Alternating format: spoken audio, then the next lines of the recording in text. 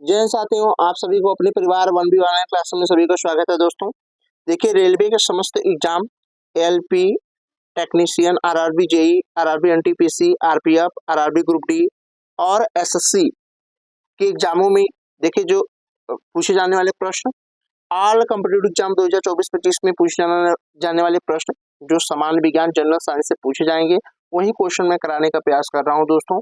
देखिए, most important question CBT LP CBT first के लिए मैं कराने का प्रयास कर रहा हूँ दोस्तों। देखिए, 2024 में जो एएलपी सीबीटी फर्स्ट होने वाला है दोस्तों, उसी में आने वाले प्रश्नों को मैं कराने का प्रयास कर रहा हूँ। देखिए, ये जो मेरा प्रयास है, ये एलपी और टेक्नीशियन 2018 में जो क्वेश्चन हुए हैं, उसी के अनुभव के आधार पर मैं कराने का प्रयास कर रहा हूँ दोस्तों, ताकि आप अच्छे से क्वेश्चन को समझ के अपने पेपर को अच्छे से अच्छे करने का प्रयास करें दोस्तों। ठीक है, चलिए दोस्तों, आइए मैं यहाँ पहला क्वेश्चन लेकर आया हूँ, आपको समझाने का प्रयास कर रहा हूँ। पहला क्वेश्चन, इसमें जो पहला क्वेश्चन दोस्तों है कि कौन सी ग्रंथि दुग्ध निष्कासन हार्मोन्स ऑक्सीटोसिन को स्रावित करती है। तो कह रहा है इसमें थायराइड ग्रंथि है, पीयूष ग्रंथि है, पैराथाइड ग्रंथि है या एड्रिनल ग्रंथि है। इसका राइट आंसर क्या होगा दोस्तों? इसका राइट आंसर आपका होगा कौन सा? पीयूष ग्रंथि है, जो ऑक्सीटोसिन हार्मोन्स, याद रखिएगा, ऑक्सीटोसिन हार्मोन्स को क्या करती है? स्रावित करती है, याद रखिएगा। ठीक है दोस्तों, आइए मैं पीयूष ग्रंथि के बारे में कुछ इंपॉर्टेंट फैक्ट लेकर आया हूँ, समझाने में प्रयास कर रहा हूँ दोस्तों। ये इंपॉर्टेंट फैक्ट क्या है दोस्तों? देखिए, इसमें करा ये आपका आंसर हो जाएगा पीयूष ग्रंथि। पीयूष ग्रंथि सबसे छोटी ग्रंथि है। पीयूष ग्रंथि को मास्टर ग्रंथि भी कहते हैं। पीयूष ग्रंथि को पिट्यूटरी ग्रंथि भी कहा जाता है। पीयूष ग्रंथि क्या है? अंतरस्रावी ग्रंथि है, याद रखिए। ये सब ये मोस्ट इंपॉर्टेंट फैक्ट है। ये सारे फैक्ट को आप अच्छे से क्या करना, रिवाइज करना दोस्तों। ठीक है, उसके बाद बात करते हैं दोस्तों, एक पॉइंट और है, कह रहा है अंतरस्रावी ग्रंथि नलिका विहीन होती हैं और ये हार्मोन का स्राव करती हैं, याद रखिएगा।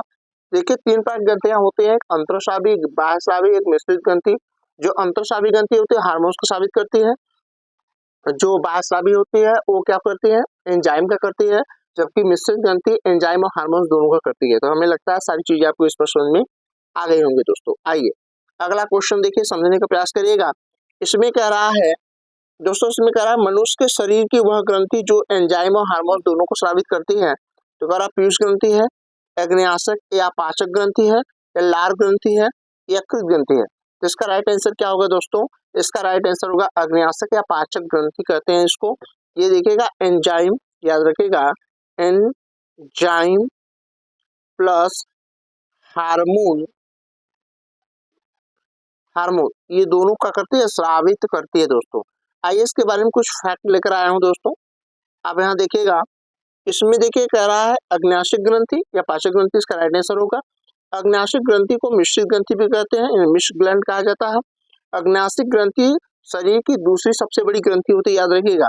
और लीवर जो होता है शरीर की सबसे बड़ी ग्रंथि है, याद रखिएगा। लीवर जो है, लीवर हमारी सबसे बड़ी ग्रंथि है। और दूसरी सबसे बड़ी ग्रंथि कौन सा है? पेनक्रियाज बोलते हैं दोस्तों। क्या बोलते हैं इसको? पेनक्रियाज, पेनक्रियाज कहते हैं उसको ना, पेनक्रियाज, पेनक्रियाज कहते हैं। ठीक है, हमें लगता है सारी चीजें आपको इस प्रश्न में आ गई होंगी दोस्तों। अगला क्वेश्चन, यहाँ देखिए अगला क्वेश्चन है, इसमें करा अस्थि मज्जा और में मौजूद कौन सा हार्मोन्स आरबीसी को उत्पादन को बढ़ावा देता है। ठीक है दोस्तों, तो आइए देखते हैं ऐसा कौन सा हार्मोन्स है जो आरबीसी को बढ़ावा देता है, उत्पादन को बढ़ावा देता है। तो पहला कह रहा है सीरोटोनिन होता है, सिमेटोस्टेटिन होता है, दो ऑप्शन नीचे हैं दोस्तों। फिर कह रहा है इरिथ्रोपोइटिन होता है, इरिथ्रोपोइटिन, या कोलोसिस्टोकाइनिन, कोलोसिस्टोकाइनिन होता है। इसका राइट आंसर क्या होगा? इरिथ्रोपोइटिन इसका राइट आंसर होगा दोस्तों, जो आरबीसी के उत्पादन को बढ़ावा देता है। तो इसका राइट आंसर क्या होगा? इरिथ्रोपोइटिन होता है। चलिए, इसमें कुछ इंपॉर्टेंट फैक्ट मैं आपको बता दे रहा हूँ दोस्तों। आरबीसी, याद रखिए, इसका फुल फॉर्म आपका पूछता है, तो देखिए क्या होता है? रेड ब्लड कार्पोसल्स,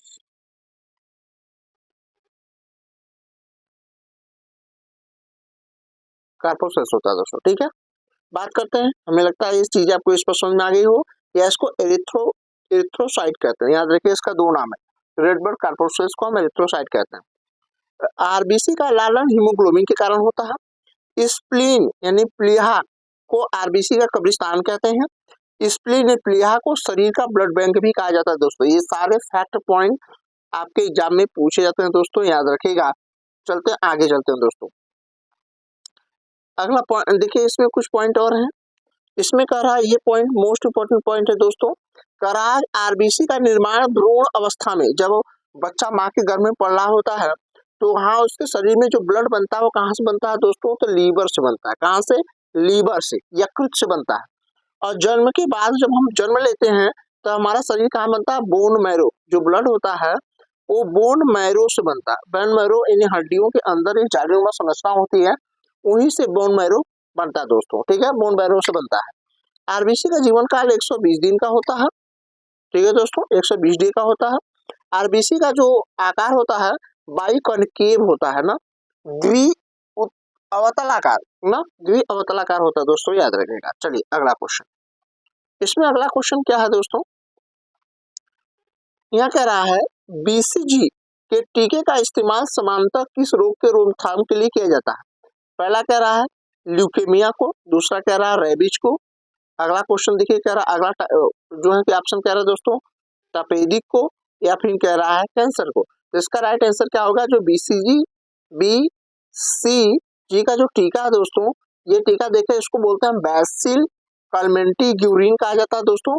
इसका टीका देखिएगा क्षय रोग, याद रखिएगा क्या, ये क्षय रोग या इसको हम टीबी कहते हैं, इसके रोकथाम के लिए टीका दिया जाता है दोस्तों। आइए, इसका अब राइट आंसर क्या हो जाएगा? तो राइट आंसर क्या होगा? तपेदिक इसका राइट आंसर होगा दोस्तों।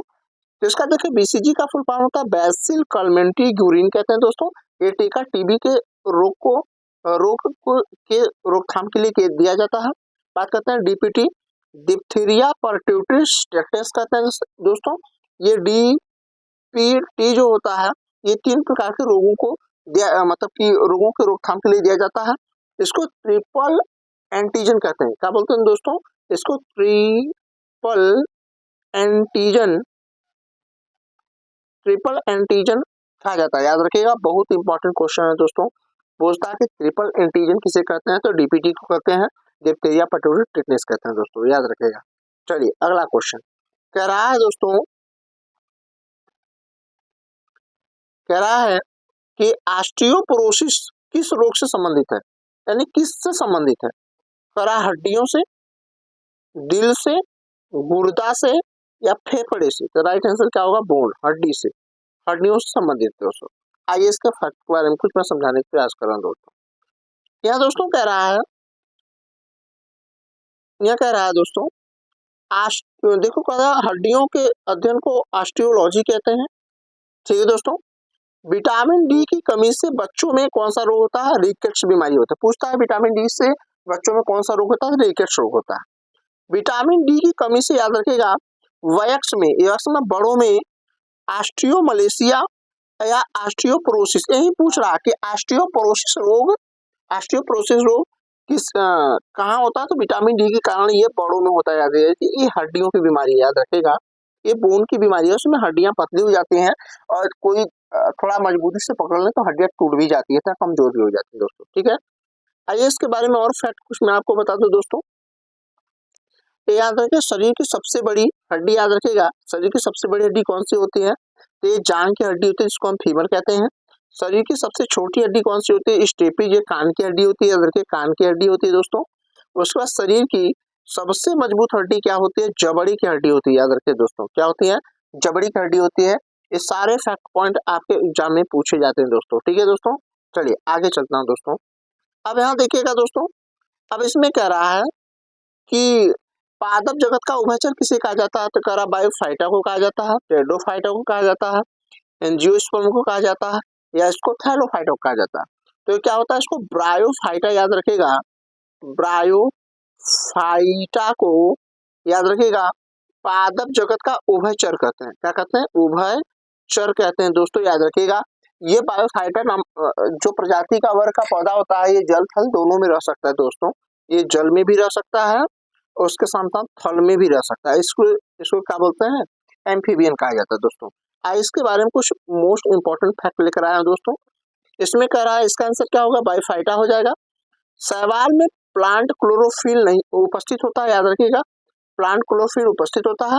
शैवाल की कोशिका भित्ति सेलुलोज की बनी होती है, ये भी क्वेश्चन पूछा जाता है। कवक में प्लांट क्लोरोफिल उपस्थित नहीं होता है। शैवाल अपना भोजन स्वयं बनाते हैं, जबकि कवक अपना भोजन स्वयं बना नहीं सकते दोस्तों। आइए कुछ फैक्ट और मैं लेकर आया हूँ। इसमें दोस्तों कह रहा है कि कवक की कोशिका भित्ति किसकी बनी होती है, तो ये काइटिन की बनी होती है। किसकी बनी होती है, ये काइटिन की बनी होती है दोस्तों। मुझे लगता है सारा ये चीज आपको इस पर समझ में आ गया होगा। चलिए अगला क्वेश्चन दोस्तों, कह रहा है जीवों में अत्यधिक विविधता किसके कारण होती है। पहला कह रहा है अनुकूलन के कारण, सौभाग्यता के कारण, उत्परिवर्तन के कारण या बहुगुणसूत्रा के कारण। तो इसका राइट आंसर क्या होगा, उत्परिवर्तन के कारण ऐसा होता है दोस्तों। तो आइए इसके बारे में कुछ इंपॉर्टेंट फैक्ट मैं आपको बता दूं दोस्तों। देखिए उसके बाद देखिए ध्यान दीजिए, कह रहा है उत्परिवर्तन, इसका राइट आंसर होगा। उत्परिवर्तन का सिद्धांत किसने दिया, तो हुगो हुगो डे व्रीज ने दिया था। डार्विन द्वारा लिखी गई पुस्तक क्या है, origin of species by natural selection. ये पुस्तक का नाम आपके एग्जाम एलपी में पूछा गया दोस्तों, याद रखिएगा।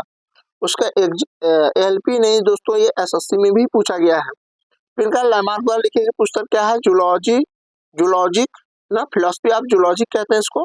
फिलोसफी जूलॉजिक एक पुस्तक है जो लेमार्क द्वारा लिखी गई पुस्तक है। तो ये सारे फैक्ट आपके परीक्षाओं में पूछे जाते हैं दोस्तों, ठीक है। चलिए आगे चलता हूँ। इसमें दोस्तों कह रहा है पादप पादप कोशिका जंतु कोशिका से किस प्रकार भिन्न होती है। तो कह रहा माइटोकॉन्ड्रिया के कारण भिन्न होती है, या फिर दोस्तों कह रहा है कि कोशिका भित्ति के कारण होती है, या जीव द्रव की उपस्थिति के कारण, या कोशिका केंद्र के कारण। तो राइट आंसर क्या होगा इसका, कोशिका भित्ति के कारण जो होती है जंतु कोशिका पादप कोशिका से क्या होती है, भिन्न होती है दोस्तों। इसका राइट आंसर क्या होगा, इसका राइट आंसर होगा कोशिका भित्ति। चलिए दोस्तों इसको कुछ फैक्ट आप समझ लीजिए। फैक्ट क्या है दोस्तों, इसमें कह रहा पड़ा जंतु कोशिका में कोशिका झिल्ली होती है, पादप कोशिका में क्या होती है, कोशिका भित्ति होती है। माइटोकॉन्ड्रिया की खोज अल्टमान ने किया, कोशिका की खोज रॉबर्ट हुक ने किया। माइटोकॉन्ड्रिया का पावर हाउस मतलब कि माइटोकॉन्ड्रिया को ऊर्जा का क्या कहते हैं, पावर हाउस कहते हैं दोस्तों। ये सारे फैक्ट आपके एग्जाम में पूछे जाते हैं दोस्तों, ठीक है दोस्तों। आइए आगे चलता हूँ। इसमें दोस्तों पूछ कह रहा है कि यहाँ देखिएगा, यहाँ कह रहा है दोस्तों कि लाल रक्त कणिकाओं आरबीसी का रंग होता है क्यूटीन के कारण, क्लोरोफिल के कारण, हीमोसाइनिन के कारण, या हीमोग्लोबिन के कारण। तो राइट आंसर क्या होगा दोस्तों, हीमोग्लोबिन ना, हीमोग्लोबिन के कारण, याद रखिएगा हीमोग्लोबिन के कारण,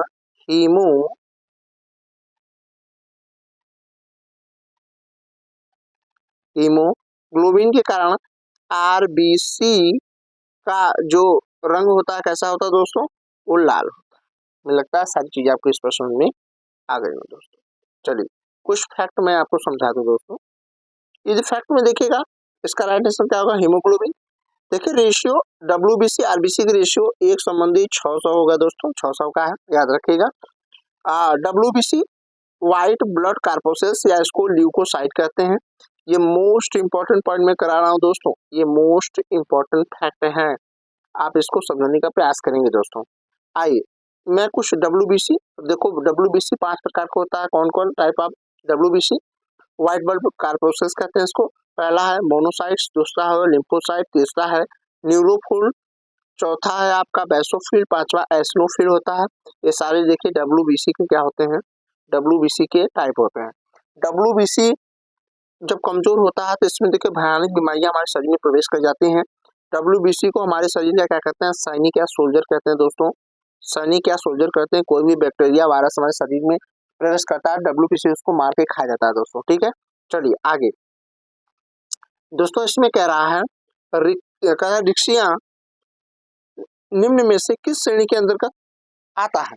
तो कह रहा है टेडोफाइटा के अंतर्गत आता है, ब्रायोफाइटा के अंतर्गत आता है, थैलोफाइटा के अंतर्गत आता है, या आवृतबीजी के अंतर्गत आता है दोस्तों।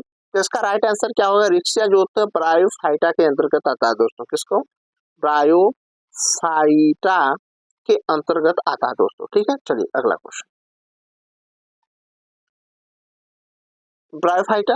तो देखो थैलोफाइटा में सबसे पहले क्या आता है, देखो थैलोफाइटा में शैवाल, कवक और क्या होता है, काइटिन, 3 आते हैं दोस्तों। तो इनमें देखिए शैवाल, तो सवाल में पहला सवाल का पहला उदाहरण आपका डोनो क्या होता है, डोमो डोमोनॉस कहते हैं दोस्तों। ठीक है दोस्तों, आइए और इसमें फैक्ट क्या है, अब देखिए एल्गी में और है, स्पाइरोगाइरा है, अल्टोथ्रिक्स है, नोस्टोक है, कारा है, अल्वा।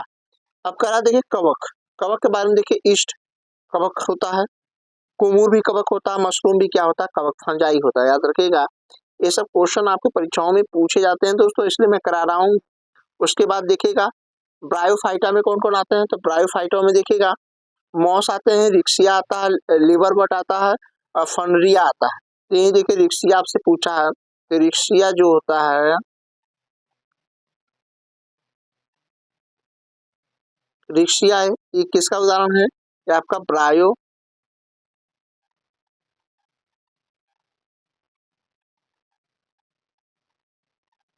ब्रायोफाइटा कहते हैं दोस्तों, ये ब्रायोफाइटा के अंतर्गत आता है। ठीक है दोस्तों, आइए मैं थैलोफाइटा को में बता दूं, तो थैलोफाइटा के में क्या आता है, देखो टेडोफाइटा, तो टेडोफाइटा में देखिए क्या आता है, फॉन आता है, सेले गिनीलिया होता है और लाइकोपोडियम होता है। तो ये सब उदाहरण किसके हैं, टेडोफाइटा के। तो हमें लगता है सारे फैक्ट आपको अच्छा लगा होगा दोस्तों।